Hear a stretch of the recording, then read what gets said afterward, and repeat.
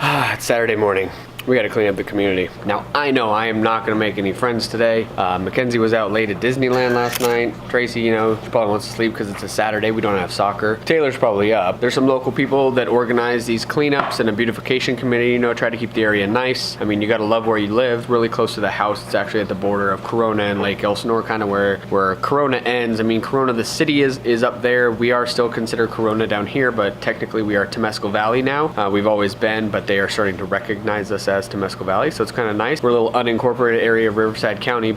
We definitely like to take care of the valley, and I like to participate in that and give back to the community. It's no fun when people trash it, so we got to go clean it up, interact with the community. The girls get some community service hours. You never know what you're going to find. That's always a cool part of it. And there's an area that I've been wanting to check out where these squatters used to be. It's just this dump.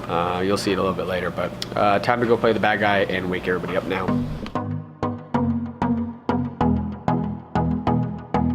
Watch these faces as they come out.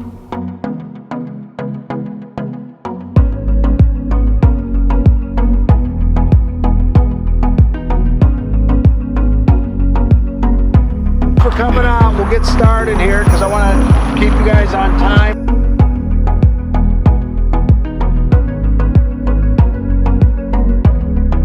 We are on the mission this morning picking up trash.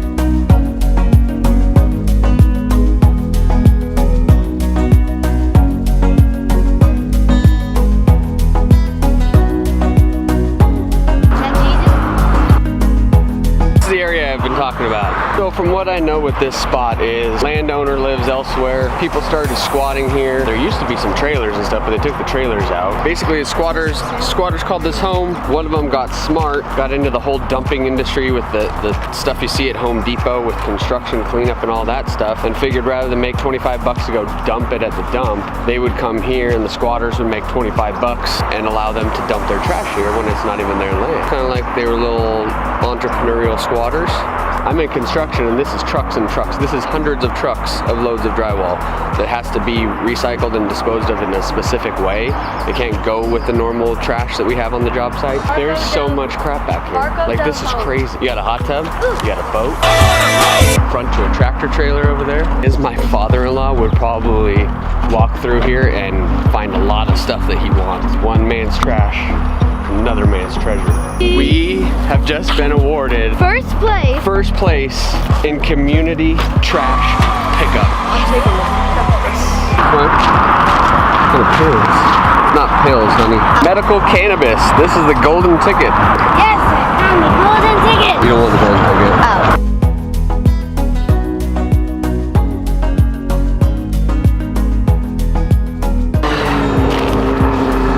Paintballs, huh?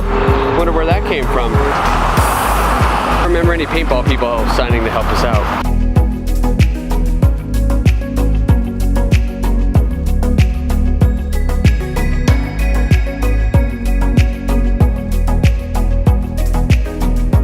Alright, so we all just kind of convened back in the middle. Some people came from the other end and we came from one end. Got everything cleaned up. They're picking up the bags. That was a quick cleanup, which is good because there wasn't too much trash. A lot of spit cups, lots of cigarettes, lots of medical marijuana. The golden ticket. A lot of paintball bags. It's one thing we noticed in Texas. Texas is super clean and nice. There's a lot of programs that go out and clean up the areas and the streets, and it's kind of like belief in you like where you live and you want to take care of it. A full year to get them. Why the milkweed in Temescal Valley?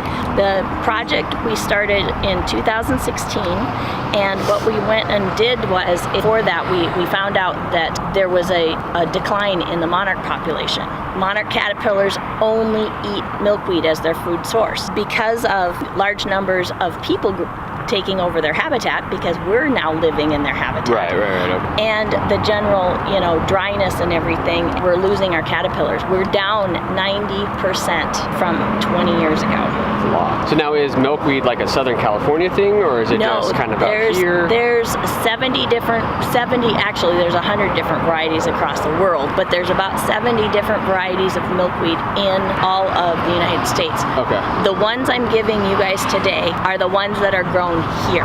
And that was And those are the native ones. showy milkweed and Woolly pod milkweed. Okay. Another name for the woolly pod milkweed is Indian milkweed, and that's because the Lusitano Indians use the fibers in the plants, to eat early on and in diapers and things like that. They also use the fibers to make clothing out of. And why we ask people to do the natives over the tropical. The natives are pink and white. The tropicals are orange and yellow. The tropical variety does not die back in the winter. When is caterpillar season? Like right now? Like No, starting? we still have roosting on the coast. Caterpillar season doesn't actually happen until late February because they're going to start showing up, and whatever milkweed they're finding, which most of it will be tropical right now because that's the only thing growing. Beginning of March, you'll start seeing caterpillar activity on your milkweeds. It actually they call it a weed. It's not a weed. Yeah. It's a wildflower. Yeah. So if people want to buy milkweed or plant more, I know Seven Oaks Nursery has it already in plant form. Seven Oaks Nursery has partnered with us since 2016. Okay. They are growing the other variety of native, which is the narrow leaf. That's why I chose these other two forms, because they're not growing that one. They don't have and it takes 2 weeks before you'll even see any sprout. How we're planting it out here along the roadside, we're just adding to the seed bank. We're not watering it. We're not doing anything. So it's going to take its natural cycle. And take a while to exactly. get done. And it might not even sprout this year. It might be waiting there till next year, and that's the perfect way to do it. The butterflies only live 2 weeks. The cycle of butterflies from egg to butterfly, it takes about a month. And everybody likes seeing butterflies. So. Everybody loves seeing butterflies. Right?